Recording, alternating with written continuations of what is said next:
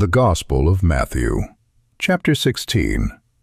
The Pharisees and Sadducees came, and, testing him, asked him to show them a sign from heaven. But he answered them, "When it is evening, you say, 'It will be fair weather, for the sky is red.' In the morning, 'It will be foul weather today, for the sky is red and threatening.' Hypocrites! You know how to discern the appearance of the sky, but you can't discern the signs of the times. An evil and adulterous generation seeks after a sign, and there will be no sign given to it, except the sign of the prophet Jonah." He left them and departed. The disciples came to the other side and had forgotten to take bread. Jesus said to them, "Take heed and beware of the yeast of the Pharisees and Sadducees." They reasoned among themselves, saying, "We brought no bread." Jesus, perceiving it, said, "Why do you reason among yourselves, you of little faith, because you have brought no bread?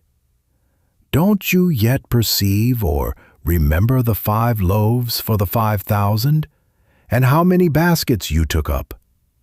Or the 7 loaves for the 4,000, and how many baskets you took up? How is it that you don't perceive that I didn't speak to you concerning bread?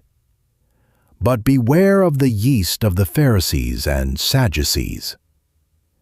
Then they understood that he didn't tell them to beware of the yeast of bread, but of the teaching of the Pharisees and Sadducees.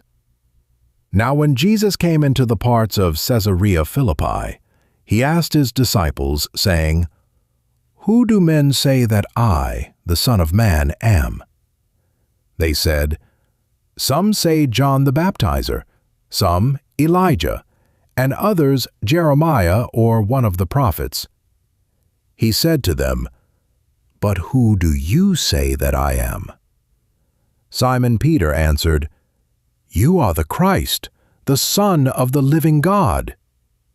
Jesus answered him, "Blessed are you, Simon Bar-Jonah, for flesh and blood has not revealed this to you, but my Father who is in heaven. I also tell you that you are Peter, and on this rock I will build my assembly, and the gates of Hades will not prevail against it.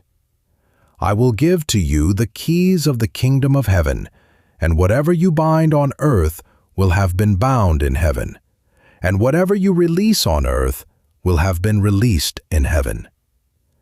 Then he commanded the disciples that they should tell no one that he was Jesus the Christ.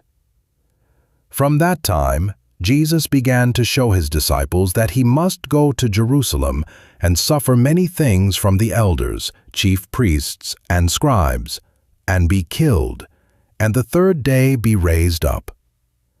Peter took him aside and began to rebuke him, saying, "Far be it from you, Lord, this will never be done to you."